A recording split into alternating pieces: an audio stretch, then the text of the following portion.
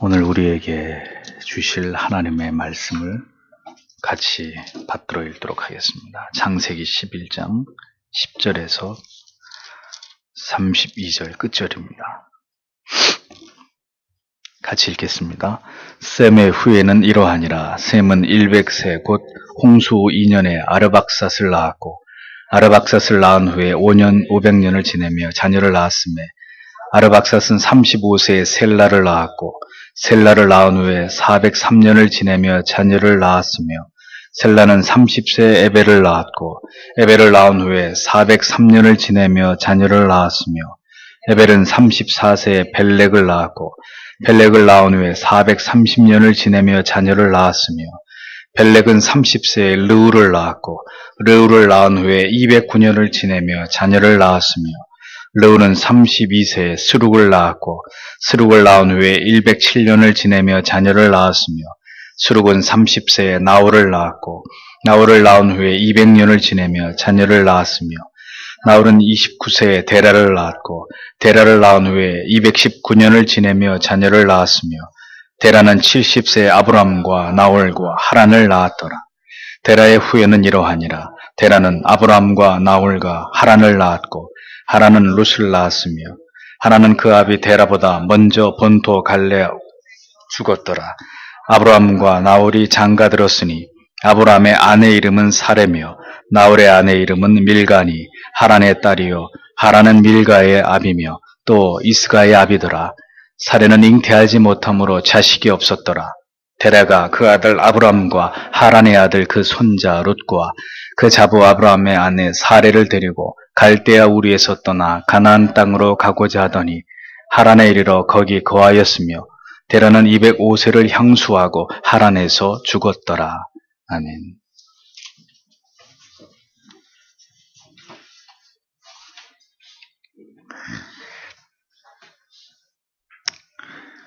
오늘도 계보가 기록되어 있는 이 말씀 안에서 우리에게 무엇을 깨닫게 해주실런지 성령께서 여러분들의 마음을 조명해 주시고 설교자의 입술을 사로잡아 주셔서 하나님은 우리에게 귀한 은혜의 깨달음을 주시는 시간 되게 해달라고 다 함께 성령의 조명하심과 도우심을 위하여 기도하겠습니다. 사례는 잉태하지 못함으로, 이런 제목으로 하나님 말씀을 전하도록 하겠습니다. 노아의 후손들을 통해서 다시 새로운 인류가 이 땅에 퍼져나가는 과정을 창세기는 기록하고 있습니다. 그 가운데 이제 이스라엘의 조상격인 아브라함에 이르기까지 셈의 후손들이 어떻게 전개되었는지를 오늘의 본문은 그것을 우리에게 잘 보여주고 있습니다. 구속사적인 관점에서 이제 택자의 계보를 이어나아가는 이스라엘의 조상이며 메시아의 계보의 제일 앞에 서 있는 족장 아브라함을 마침내 성경은 소개하고 있습니다. 창세기 10장 22절에서 셈에게 5명의 아들이 있음을 먼저 설명하고 있는 것을 봅니다. 그런데 본문의 계보는 그 5 아들 중에 아르박삿에게 집중하고 있는 것을 보여줍니다. 10절에서 17절에 언급된 이름들은 모두 10장 21절에서 25절에 이미 기록되어 있죠. 그리고 18절에서 23절에 르와 수룩이 새로 언급되어 있는 것을 확인할 수 있습니다. 그 이후에 이스라엘 족장사의 중요한 이름들이 24절에서 26절까지 기록되어 있는 것을 볼 수 있습니다. 이와 같은 본문의 기록을 통해서 우리는 몇 가지 사실에 주목하게 됩니다. 먼저는 본문에는 다른 장에 기록된 것과 같이 족보에 관련된 어떤 다른 설명이나 개인에 대한 특별한 정보가 발견되지 않는다는 점입니다.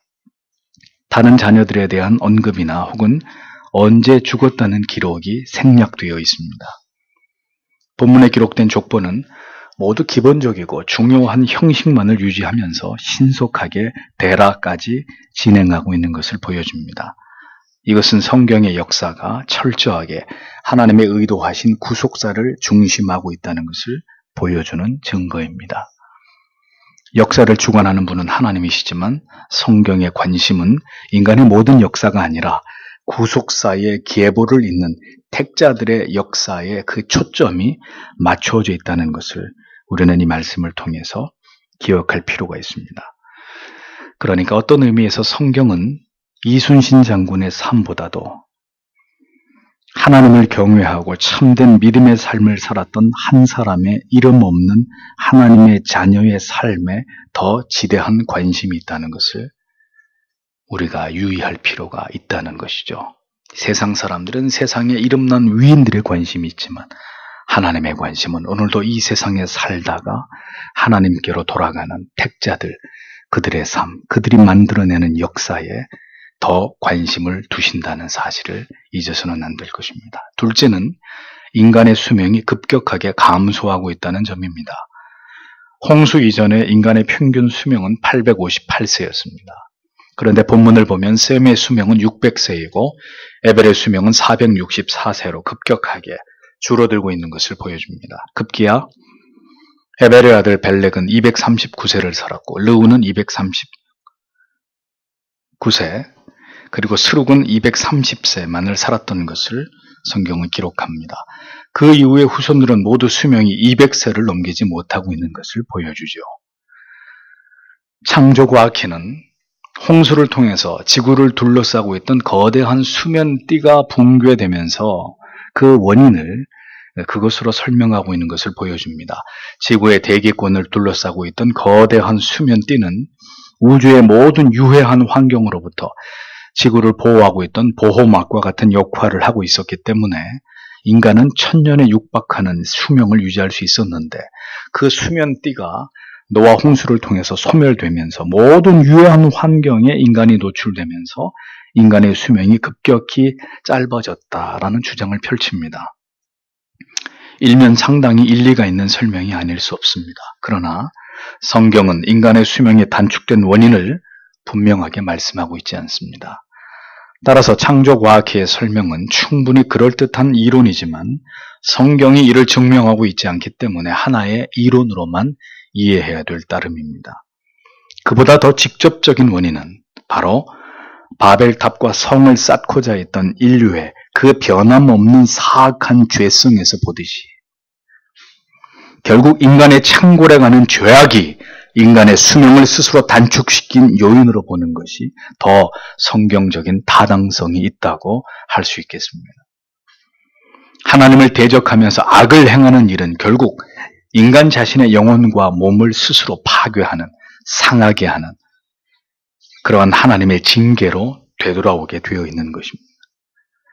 갈수록 늘어나는 죄만큼 결국 인간 스스로의 수명을 단축시킨 결과를 인간이 자초하게 되었다. 이렇게 보는 것이 더 타당할 것입니다. 사람의 몸과 영혼은 하나님께 순종할수록 건강하고 투명하고 하나님과 가까워지겠지만 하나님께 불순종할수록 점점 더 혼탁해지고 쇠약해지고 하나님께로부터 멀어지도록 하나님은 그렇게 우리의 몸과 영혼을 디자인하셨습니다. 하나님의 계명에 순종하고 그 도를 쫓아가는 자들에게는 장수의 복을 주시는 하나님이심을 성경이 말씀하고 있는 것을 볼 때 그 반대의 경우라면 당연히 인간의 수명이 짧아질 수밖에 없는 것은 그 죄와 관련이 무관하다 하지 않을 수 없는 것이죠. 18절에서부터 셈의 계보 중에서 벨렉을 언급하고 있습니다. 셈의 계보는 이미 10장 21절에서 31절에 언급되고 있죠. 그런데 저자는 그 계보를 다시 반복함으로 하나님께서 택하신 족보를 부각시키고 있습니다. 본문은 셈의 계보의 단순한 반복이 아니라 믿음의 조상 아브라함의 계보를 밝히기 위해서 의도적으로 기록된 것으로 볼 수 있습니다. 이러한 이유로 10장의 계보와 본문의 계보 사이에는 에벨의 두 아들 벨렉과 욕단에서 결정적인 차이를 보입니다. 10장에서는 벨렉의 후손에 대한 언급이 없이 욕단의 후손만을 언급한 반면 본문에서는 벨렉과 그의 후손만을 엄선해서 언급하면서 신속하게 아브라함의 아버지인 데라에게 이르고 있는 것을 보여줍니다. 결국 이러한 구성은 어떻게 아브라함이 인류의 역사에 출현하게 되었는지를 보여주기 위함이라고 볼 수 있습니다. 모든 인간이 타락한 가운데 하나님의 사람 노아가 선택된 것처럼 하나님께서는 바벨탑의 무모한 인간의 도전으로 인해서 그렇게 표출된 인간의 폐역과 타락 가운데서 다시 하나님의 구속사를 진행해 나아갈 아브라함을 택하시고 그를 통해서 메시아의 뚜렷한 계보를 이어나가고자 하시는 그 뜻을 성경을 통해서 펼쳐내고 계시는 것을 우리에게 보여주고 있다는 것입니다. 인간은 거듭 이렇게 하나님을 버리고 제 갈 길로 가는 무례하고 어리석음을 반복하고 있지만 하나님께서는 그런 죄악과 반역 가운데서도 하나님의 택하신 자녀들을 포기하지 않으시고 구속사의 위대한 물줄기가 흘러가게 하심으로 택자 구원의 완성의 대장정을 이루어 가시는 신실한 아버지시라는 것을 성경은 우리에게 분명하게 드러내고 있는 것입니다. 우리는 성경을 통해서 바로 이것을 볼 수 있어야 합니다. 하나님이 택하신 백성들을 모든 시대 속에서 각 나라와 민족들 가운데서 하나님이 어떻게 그들을 붙들고 가시고 어떻게 그들에게 믿음을 주시고 그들을 구원으로 인도하셔서 하나님의 나라와 의를 위해서 구별된 신자의 삶을 살아가게 하시는지를 그 위대한 드라마를 성경 속에서 신자는 볼 수 있어야 한다. 예수를 믿고 그저 잘 먹고 잘 살다가 천국에 가는 것이 신앙의 전부가 아님을 우리는 이 하나님의 구속 역사의 흐름을 타고 도도하게 흘러가고 있는 이 위대한 기록을 통해서 온몸의 전율을 느끼면서 하나님이 행하시는 그 위대한 역사들을 만나보는 감격을 느껴보아야 합니다. 그 역사 속에 내가 있고 우리가 있다는 그것을 우리가 분명하게 알고 모든 시대 속에서 하나님의 택하심을 입은 자들이 무엇을 위해서 자신의 인생을 이 땅에서 펼쳐갔고 그들은 어떤 사명을 위해서 존재하다가 다시 하나님의 품으로 돌아갔는지를 우리는 기필코 성경의 진리를 통해서 그것을 배워 나아가야 되는 것입니다. 왜냐하면 그것이 바로 이 땅에서 우리가 무엇을 위해 살다가 하나님께로 돌아가야 할지를 우리에게 깨닫게 해주는 중요한 단서가 되기 때문입니다. 또한 그것이 우리가 성경의 역사를 그 위대한 구속사의 현장을 성경 속에서 토파보아야 되는 명백한 이유이고 그 역사를 계승해 나아가는 것이 오늘을 살아가는 우리의 분명한 사명인 이유 때문입니다. 성경의 역사 속에서 하나님께서 행하신 일들을 올바로 이해할 때 우리는 우리에게 주어진 이 땅에서의 삶의 이유와 목적을 올바로 깨닫게 됩니다. 그냥 먹고 마시고 시집가고 장가가는 것이 인생의 전부가 아닌 주어진 우리의 인생, 이 땅에서의 시간들 속에서 우리는 우리를 이 세상에 두신 하나님의 어떤 목적을 위해서 살아야 될지를 발견하게 되고 우리가 무엇을 하든지 그것을 조준하고 목표한 인생을 살아가게 되는 분명한 동기를 얻게 되는 것이라는 것. 그것을 위해서 살아갈 때 신자는 더없이 행복하고 보람있고 감사하고 희락이 넘치는 삶을 살아갈 수 있는 것입니다. 성경에 기록된 하나님의 사람 가운데 의미 없는 인생을 살다가 간 자가 단 한 명이라도 기록되어 있습니까? 무엇을 먹을까, 입을까, 어디에 살까 이런 것들을 염려하던 자가 있었습니까? 그들의 마음은 온전히 하늘에 고정되어 있었고 그들의 시선은 언제나 예수 그리스도의 십자가와 그 구속의 은혜를 응시하고 있었습니다. 그것이 그들의 삶의 에너지원이었고 그들이 신자라는 이름으로 이 세상에 존재하는 목적이었고 이유였던 것을 볼 수 있습니다. 구속사의 계보를 살펴보다가 왜 이런 말씀을 드립니까? 우리도 오늘 그 역사 속에 한 줄을 장식할 자들이기 때문입니다. 누가 누구를 낳고 몇 년을 살다가 죽었지만 그들은 분명한 택자의 계보를 잇는 자들이었고 의의 후손들이었다고 그렇게 우리의 존재가 기억되기를 소망하면서 또 그렇게 기록될 것에 대한 감격을 가지고 우리는 우리의 주어진 이 인생을 신자라는 이름으로 하나님의 자녀라는 이름으로 살아가야 되는 사람들입니다. 우리의 이름이 성경에 기록될 수는 없지만 하나님께서 써내려가고 계시는 이 위대한 구속사의 계보 속에는 뚜렷하게 그 이름이 남겨지는 그런 참된 신자의 삶을, 그 역사의 한 줄을 당당하게 장식할 수 있는 그런 성도의 삶을 오늘 우리가 살아가고 있는 것인지를 우리는 우리 자신에게 끊임없이 물어야 되는 것입니다. 우리의 인생에 관해서는 어떤 기록이 남겨질까요? 우리가 이 세상에서 살다가 죽은 이후에 우리의 인생은 하나님과 그리고 나를 아는 사람들에게 어떤 의미로 기억될 것이라고 생각하십니까? 우리는 택자의 계보를 소개하고 있는 이 기록들 앞에서 그 생소한 이름들을 우리에게 들려주고 있는 성경 말씀 앞에서 이것을 깊이 생각해 보아야 한다는 것입니다. 26절은 이제 아브라함에 대한 직접적인 기록이 시작되고 있습니다. 아브라함은 데라가 70세에 낳은 아들임을 알 수 있고 그 형제는 나홀과 하란이라고 성경은 기록합니다. 아브라함이 장자가 아님에도 그의 이름이 가장 먼저 기록되고 있는 것은 그가 영적인 장자권을 가진 하나님의 택함을 입은 중요한 인물이었기 때문일 것입니다. 아브라함은 셈의 후예 중 믿음의 조상이 되는 아브라함의 전 이름입니다. 아브람이란 단어는 아버지를 의미하는 명사 아브와 그리고 높다, 칭찬하다라는 뜻을 가진 람이 결합된 말로 높은 아버지 이런 의미가 됩니다. 아브람은 데라의 아들로 셈의 후예 가운데 한 사람입니다. 26절과 27절이 반복적으로 아브람의 출현을 이렇게 묘사하고 있는 이유는 인간의 타락과 죄악 가운데서도 하나님께서는 인류에 대한 구원 계획을 철저하게 이루어 나아가고 계셨다는 것을 강조하기 위함입니다.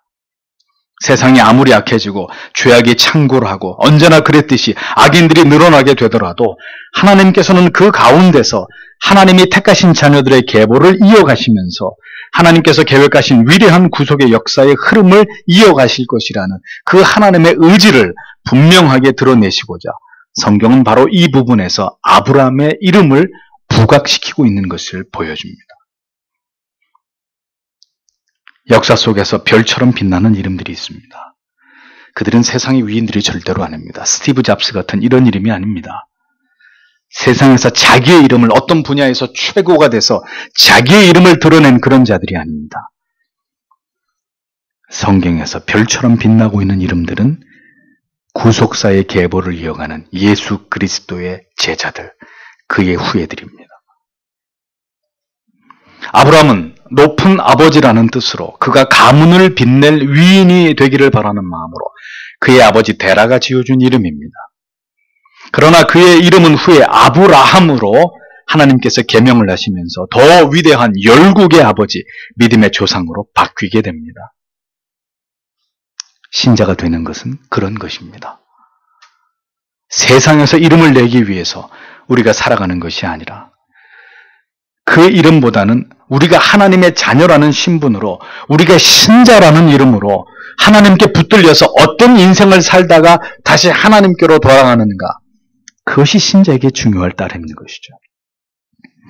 하나님께서는 평범한 데라의 아들 아브람을 택하시고 그를 무수히 많은 하나님의 자녀들의 아버지가 되게 해주시겠다고 약속하십니다. 그리고 그 증거로 그의 이름을 아브라함으로 바꾸어 주셨습니다. 참으로 놀라운 은혜가 아닐 수 없습니다. 아브라함이 하나님께 뭘 했습니까? 그가 어떤 의로움을 보였습니까?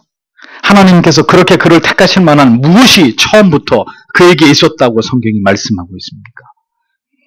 어떤 공로와 선행과 업적이 아브라함에게서 드러나고 있습니까?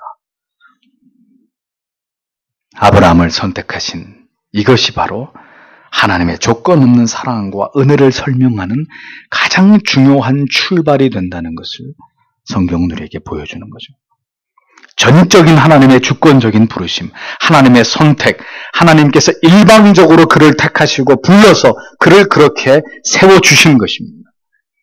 성경은 이 은총이 아브라함에게만 임한 은혜가 아니라 바로 오늘도 이 자리에서 하나님의 말씀을 듣고 있는 여러분 모두에게 하나님이 베푸신 말할 수 없이 큰 불가항력적인 은혜와 조건 없는 사랑이라는 것을 우리에게 웅변하고 있습니다. 우리가 하나님을 위해서 무엇을 했기에 우리가 얼마나 대단한 인물이고 우리의 삶에 무엇이 하나님을 기쁘시게 할 만한 것이 있었기에 하나님이 우리를 자녀 삼아 주신 것이 절대로 아니라는 거예요. 그것과는 전혀 무관하게 하나님께서는 그분의 기뻐하시는 뜻대로 우리를 택하셔서 자녀 삼아 주시고 하나님을 아는 계시의 빛을 우리에게 비추어 주심으로 우리에게 믿음을 선물로 주시는 것입니다. 그리고 그 하나님을 아버지라고 부를 수 있는 특권과 감격을 허락하시는 것이죠. 그것이 바로 하나님의 죄인들을 향한 사랑이고 우리를 택하여 주신 하나님의 주권적인 은혜라는 것입니다. 성경은 앞으로도 계속해서 이 주제를 등장시킬 것입니다. 수많은 사람들이 동원되면서 바로 이 하나님의 놀라운 은혜와 주권적인 택하심의 그 위대성에 관해서 증언해 나갈 것입니다. 아브라함에 대한 본문의 기록 중에 우리가 주목해 보아야 될 점은 그 아내에 대한 기록입니다. 29절에 아브라함의 아내 이름이 사레라고 소개되고 있습니다. 그리고 이어지는 30절에 사레는 잉태하지 못함으로 자식이 없었다. 이렇게 기록하고 있습니다. 성경이 아브라함의 가정에 대해서 소개하면서 처음으로 기록하고 있는 내용은 아브라함의 아내는 사레였다. 근데 그녀는 임신을 할 수 없는 여인이었다라는 기록입니다.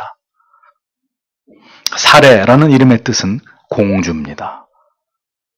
즉 아브라함의 아내는 당시에 외모로 보나 신분으로 보나 그녀의 가정이 당시 고대 사회에서 상당한 지위에 있었음을 알 수 있는 그런 암시가 그녀의 이름 속에서 발견됩니다.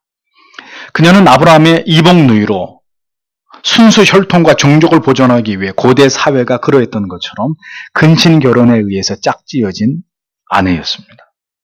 그런데 그렇게 모든 조건을 다 가지고 있었던 사례였지만 그녀는 임신을 할 수 없었다고 성경은 말합니다. 아브라함도 사레도 늙어서 그 태가 기능을 할 수 없을 때까지 자식이 없는 삶을 살아야 했다라는 거죠. 이것은 당시 큰 수치가 아닐 수 없는 일이었습니다.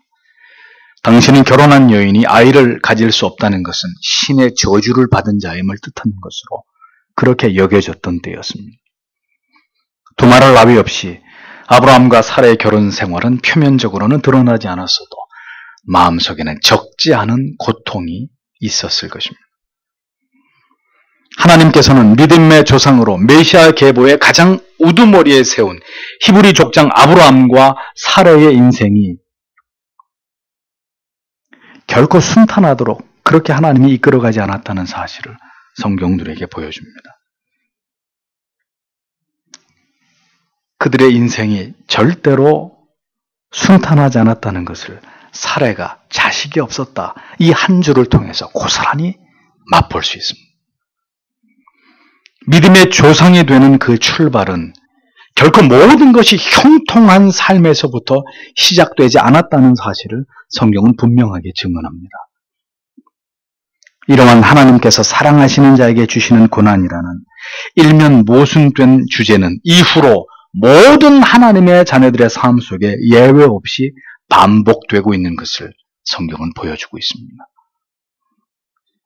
하나님께서 사랑하시고 이 땅에서 택하신 모든 백성들은 그들의 사명을 위해서, 그들의 구별된 삶을 위해서, 그들의 존재의 목적을 위해서 결코 이 세상에서 순탄한 삶만을 살아가게 하시는 하나님이 아니심을 우리는 이 아브라함과 사레의 이야기를 통해서 그것을 분명하게 깨닫고 발견할 수 있습니다. 택하심을 입은 자, 열국의 아비가 되는 사명을 받은 자, 그 사명에 합당한 연단과 시련과 모든 시험을 통과해야 된다는 것을 성경은 우리에게 공언하고 있는 것입니다. 하나님께서 택자로 부른 자들, 하나님께서 당신의 뜻과 계획을 이루시기 위해서 부르신 자들, 그들에게는 필연적으로 이제 그를 향한 하나님의 뜻을 이룰 수 있는 제목으로 혹독하게 다듬어 가시는 하나님의 섭리가 그들의 인생 속에서 펼쳐진다는 것을 우리는 똑똑히 기억해야 될 것입니다. 자식이 없었던 아브라함, 모든 것을 가졌어도 생명을 잉태할 수 없었던 사례, 그들의 결혼 생활은 어떠했을까요? 그들이 더 이상 생명을 잉태할 수 없는 노년에 이르기까지 그들이 맛보아야 했을 마음의 고통이라고 하는 것이 얼마나 컸을지를 짐작해 보십시오. 아브라함과 사례를, 그 모든 고통 속에서 아브라함과 사례는 그 모든 어떤 고통 속에서 묵묵히 하나님을 바라보았을 것이고, 결국 그러한 그들에게 고통의 날들이 있었기 때문에 그들의 신앙은 더 깊이 뿌리를 내릴 수 있었던 요인이 되었을 것이라는 것을 우리는 짐작할 수 있습니다. 하나님의 자녀로 부르심을 받은 일은 감사한 일이지만 하나님의 자녀로 살아가는 삶은 결코 우리가 생각했던 그런 삶과는 사뭇 다르다는 것을 우리는 성경을 통해서 분명하게 깨달아야 되는 것입니다. 하나님께서는 우리 안에 두신 하나님의 계획과 뜻을 이루어 가시기 위해서 우리의 슬픔과 고독과 실패와 두려움과 육체적인 질병과 모든 아픔, 손실, 고통들을 모두 사용하실 수 있는 분이시라는 것을 우리는 잊어서는 안 됩니다. 감당할 수 없는 냉혹한 현실의 시련이 우리를 괴롭히더라도 우리는 하나님의 선하심을 믿어야 되고, 하나님께서 왜 내게 이렇게 하시는지 원망과 불평보다는 나를 향하신 하나님의 분명하신 선하신 계획과 뜻이 있기에 하나님께서 나의 인생을 이렇게 인도하시고 섭리하고 계신다는 그 믿음을 우리는 견지해야 되는 것입니다.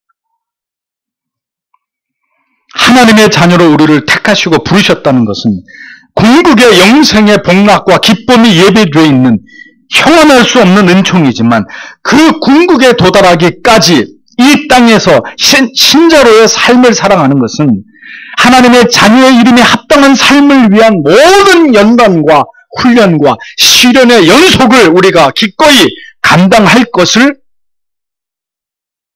내포하는 것입니다.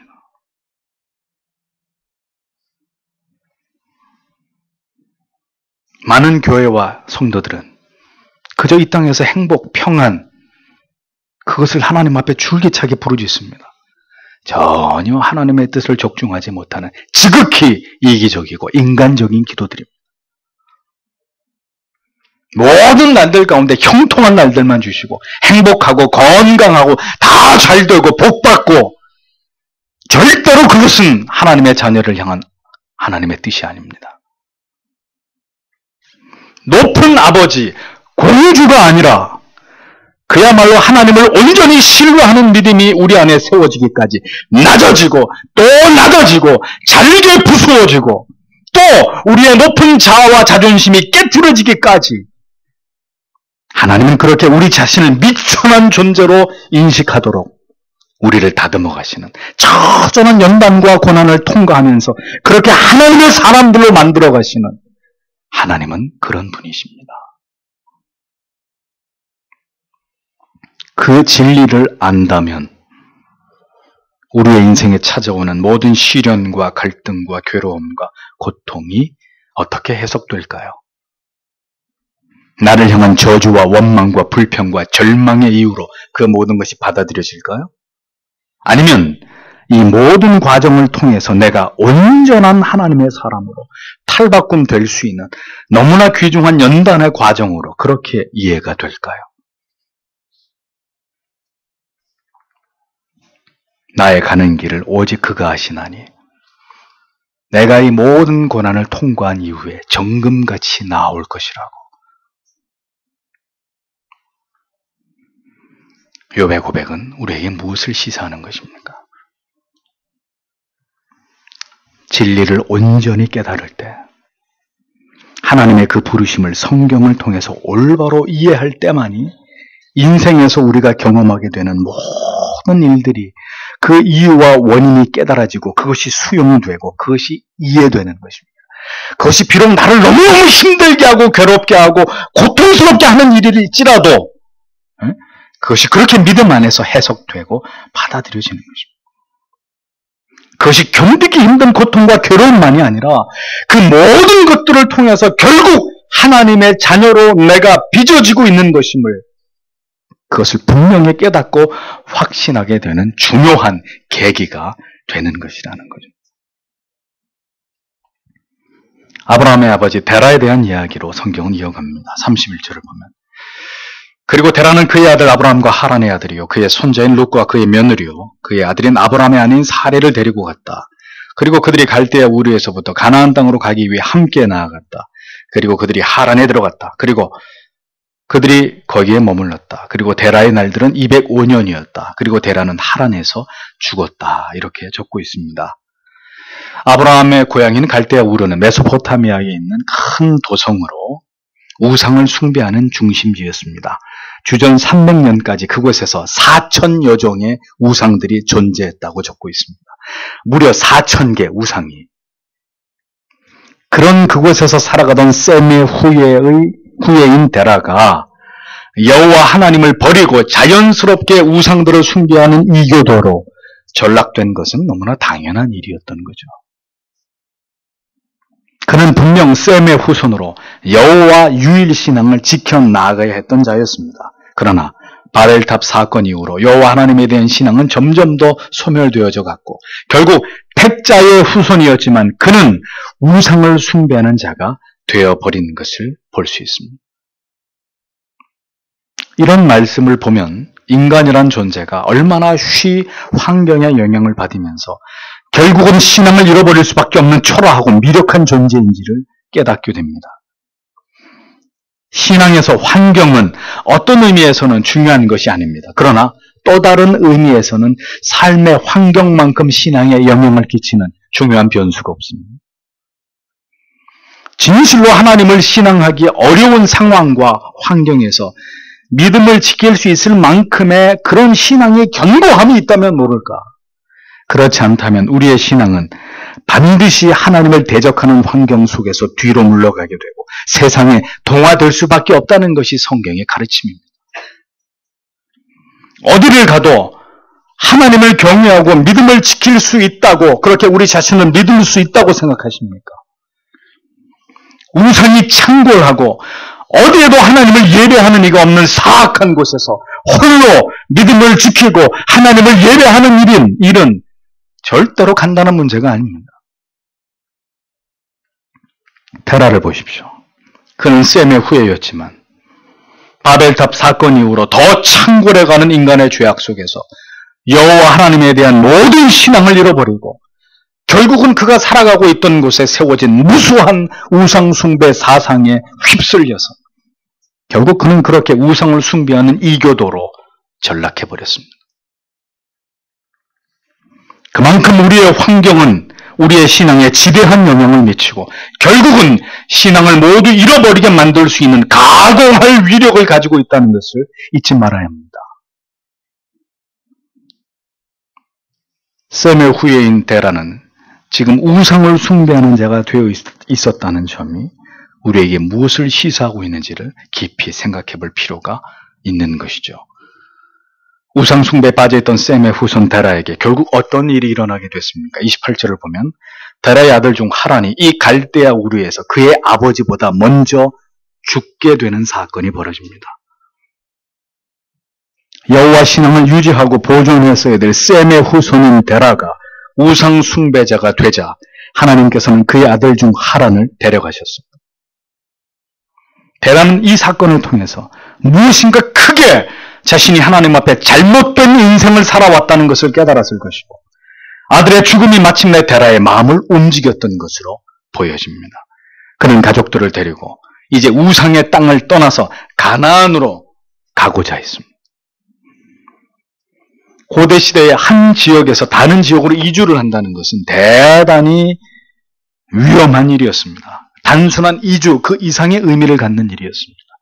낯선 땅의 지형, 지세에 대해서 전혀 알지 못하고 지도조차도 존재하지 않던 시대에 막연히 살던 지역을 떠나서 다른 어떤 지역으로 이동을 한다는 것은 죽음을 각오하지 않으면 안 되는 중요한 결단이 요구되는 일이었습니다. 또한 자기가 살던 지역에서 섬기던 종교를 배도하는 것을 의미하는 것이었습니다. 이러한 사실을 고려할 때 이제 데라는 하나님께 가족들을 데리고 우상의 도시를 떠나려고 하고 있었던 것이라는 사실에 무게가 실리게 되는 거죠. 데라는 아브라함과 그의 죽은 하란의 아들, 그 손자 룻과 그 자부, 그리고 아브라함의 아내 사레를 데리고 가나안으로 향하고 있었습니다. 아마도 아들을 잃고 난 이후에 데라는 이제 다시 하나님을 향한 신앙을 회복하려는 것처럼 그런 모양이 보여집니다. 아들을 잃은 아픔을 겪으면서 결국은 하나님을 버리고 우상을 숭배해 오던 삶을 청산하고 데라는 나머지 가족들을 데리고 그렇게 가나안을 향하고자 하고 있었던 거죠. 하나님은 기어이 셈의 후손 데라를 돌이켜서 우상의 도시를 떠나게 하신 것을 보게 됩니다. 데라의 아들 하란을 희생시켜서 결국은 데라의 마음을 돌이켜서 다시 하나님을 향하도록 그렇게 하시고는, 그러나 가나안 땅을 밟지 못한 상황에서 이제 하나님은 데라의 생명을 거두어 가시는 그런 장면이 성경에 그려집니다. 그의 사명은 거기까지였던 거예요. 자, 그렇다면 데라는 왜 가나안에 들어가지 못하고 하란에 머물게 됐고 결국 그곳에서 죽임을 당하게 된 것일까요? 그 원인을 여호수아 24장 2절에서 찾을 수 있습니다. 강 건너편에 거하여 데라가 다른 신을 섬겼다라는 기록이 나옵니다. 하란은 유프라데스 강 건너편에 위치하고 있습니다. 가나안과 유프라데스 강 사이에 건너편에 하란이 위치하고 있는데, 그 말의 뜻은 데라는 메소포타미아를 떠나서 갈대아 우르를 떠나서 가나안으로 진행해 나가는 동안에 하란에서 다시 우상을 숭배하는 병이 도졌다는 의미. 하나님께서 그의 아들 하란을 쳐서 그를 우상 숭배로부터 돌이키게 했을 때 데라는 정신을 차렸어야 합니다. 그러나 그의 마음은 하란에 이르자 다시 하나님을 버리고 우상 숭배로 향하게 되었던 것을 보게 됩니다. 이제 하나님께서는 더 이상 답이 없는 거예요. 거기서 데라를 데려가시는 겁니다. 하란을 죽여서 돌이키게 했는데 그래도 또다시 우상을 숭배하는 병이 재발되자 이제는 거기까지, 너는 여기까지 가나안에 들어가지 못하고 하란에서 데라의 생명을 취하십니다. 결국 셈의 후예로서 여호와 하나님에 대한 신앙을 계승할 자로 하나님은 그것을 아브라함에게 지목하고 그에게 그것을 맡기셨던 것을 보게 되는 거죠. 어리석은 자는 하나님께서 돌이킬 수 있는 은혜를 주셔도 그 기회를 살리지 못합니다. 계속해서 하나님이 돌이키라고, 그 길이 아니라고 그에게 경고하시고 아들을 데려가시는 것을 통해서도 마지막으로 경고하셨죠. 데라는 하나님께로 돌이키지 않고 그가 선택한 우상을 숭배하다가 죽임을 당하게 된 것입니다. 믿음의 조상이라는 칭호를 받은 아브라함의 아버지는 그렇게 철저하게 우상을 숭배하고 그것을 끊어내지 못하는 어리석은 인물이었다는 사실을 성경은 숨기지 않고 있습니다. 아버지가 우상을 숭배했던 자인 것과 하나님께서 아브라함을 선택하셔서 그를 믿음의 조상으로 세우신 것은 별개의 문제인 것을 우리는 깨닫게 됩니다. 아버지의 죄과를 자식에게까지 전가하시는 그런 하나님이 결코 아니시라는 것을 우리는 발견할 수 있는 거죠. 우상을 숭배하던 셈족의 데라가 아브라함의 아버지였지만 아브라함은 하나님께 선택을 받게 되고 하나님의 은혜 가운데서 그의 믿음이 성장하고 성숙해짐으로 말미암아서 결국은 히브리 민족의 족장이 되고 열국의 아버지가 되고 믿음의 조상이 되는 은총을 얻게 되는 것을 성경은 우리에게 보여줍니다. 그 모든 것이 하나님의 일방적인 주권적인 은혜다라고 성경은 우리에게 말씀하고 있는 겁니다. 하나님께서 우리를 자녀로 삼으시고 우리를 통해서 하나님의 뜻과 계획을 이루어 가심에 있어서 인간이 가진 조건들은 결코 중요한 것이 아니라는 것을 성경은 우리에게 분명하게 강조하고 있습니다. 우리를 지으신 분이 누구십니까? 하나님께서 우리를 지으셨습니다. 우리 모두에게 합당한 조건들을 주셨습니다. 그런데 그 조건들로 인해서 하나님의 어떤 선택이 결정된다면 그러한 조건들을 우리에게 주신 하나님이 어떤 분이 되는 거예요? 불공평한 신이 되는 거예요. 불공정한 분이 되는 거예요. 그러므로 하나님께서는 우리의 가진 어떤 조건이나 자격이나 배경을 통해서 하나님의 작정과 선택을 결정하는 분이 절대로 아니라는 것을 우리는 잊지 말아야 합니다. 하나님께서 하나님의 뜻대로 지으신 우리들입니다. 하나님의 뜻 가운데 조성된 여러분 개개인의 모든 환경입니다. 조건들입니다. 여러분들의 삶의 배경입니다. 그러므로 그런 것들이 하나님께 나아감에 있어서 하나님께서 우리를 사용하심에 있어서 어떤 차별의 문제가 절대로 될 수 없다는 사실을 여러분들은 분명하게 믿어야 합니다. 겁쟁이 기드온이나 왼손잡이 에훗이나 여자를 좋아하는 삼손이나 키가 작은 삭개오나 38년 동안 소망 없이 누워있던 중풍병자나 12년을 혈우증을 앓던 여인이나 아들이 죽은 과부나 죽은 지 나흘이나 되는 나사로나 이러한 인간적인 결함이 결코 하나님이 사용하시고 그를 만나 주심에 있어서 어떤 결격이나 자격 미달이 될 수 없다는 사실을 성경은 우리에게 분명하게 증언하고 있는 것입니다. 하나님은 전능하신 하나님이십니다. 택하신 자들을 어떤 조건이나 환경에서든 하나님께로 이끄시고 하나님이 기뻐하시는 뜻을 위해 사용하실 수 있으신 그분은 그렇게 위대하신 분이십니다. 오직 그 모든 조건들을 뒤로하고 우리를 통해서 이루고자 하시는 하나님의 뜻만이 결국은 모든 하나님의 사람들 안에서 선명하게 이루어지고 나타나게 될 것이라는 점을 바로 이 창세기의 말씀을 통해서 하나님은 우리 안에 약속해 주고 계시는 거예요. 셈의 후예 가운데 데라의 아들 아브라함이 위대한 하나님의 구속 역사를 이루어가는 길에 선택을 받게 되었고 그를 어떻게 하나님께서 쓰시기에 합당한 인물로 빚어가시는지를 우리는 이제 이 창세기의 이후의 말씀을 통해서 만나게 될 것입니다. 성경은 왜 아브라함의 이야기를 남겨둔 것일까요? 그가 믿음의 조상이라서 그가 아들 이삭을 하나님께 주저없이 드린 만큼 그의 믿음이 담대해서 이런 생각들이 얼마나 성경이 말씀하고 있는 바와 거리가 먼 것인지를 이제 여러분은 차차 이 창세기를 풀어가는 가운데 발견하게 되실 것입니다. 하나님께서는 하나님 자신의 위대하심을 자신의 영광만을 드러내고자 하시는 분이십니다. 그러므로 어떤 인간도 하나님이 받으셔야 될 스포트라이트를 대신 받을 수 없는 그런 존재들이라는 것을 우리는 잊지 말아야 합니다.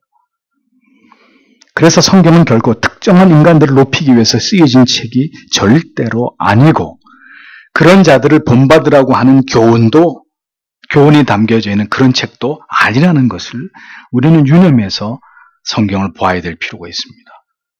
오직 하나님께서 인간을 택하셔서 그들을 통해서 어떤 하나님의 놀라운 계획과 뜻을 이루셨는지 그렇게 하나님께서 평범한 자라도 붙드실 때 그를 통해서 얼마나 놀라운 일들을 이루어내실 수 있는지를 우리는 성경 속에서 그 위대하신 하나님의 능력에 주목하면서 그 모든 이야기들을 통해서 오직 하나님께만 영광을 돌리고 그 모든 일들을 행하신 하나님의 놀라운 은혜를 찬양하는 그런 하나님의 사람들이 되어야 할 따름이라는 것을 우리는 잊지 말아야 되는 것이죠.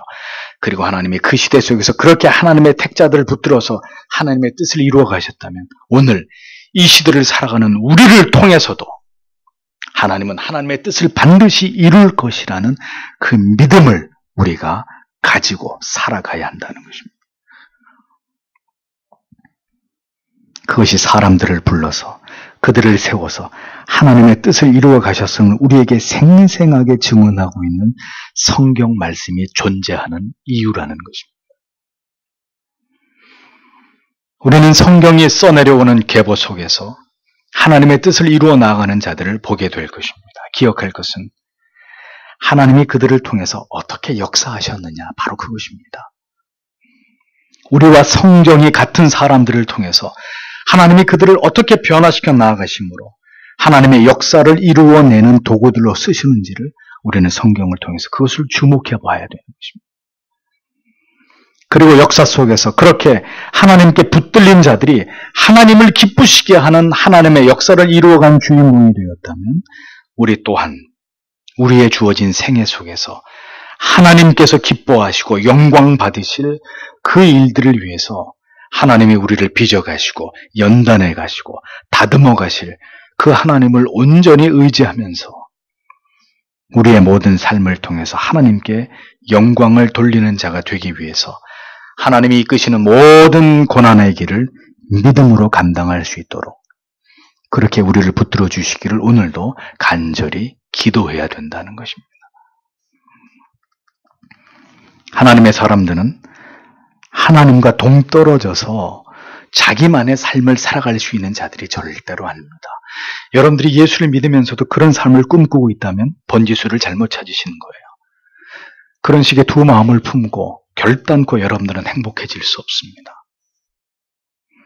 우리의 모든 시간, 환경, 우리의 모든 조건, 상황들은 모두 하나님께서 이루어 가신 일들과 연관되어 있고 그것과 결합되어 있습니다. 그래서 우리는 항상 하나님께 여쭈어야 합니다. 하나님, 하나님의 뜻이 무엇입니까?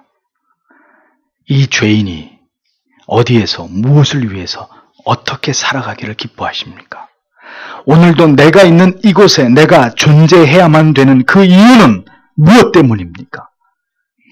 하나님의 뜻이 이 미천한 인생 속에서라도 온전히 성취되고 이루어지기를 소원합니다. 하나님 우리에게 은총을 베풀어 주옵소서.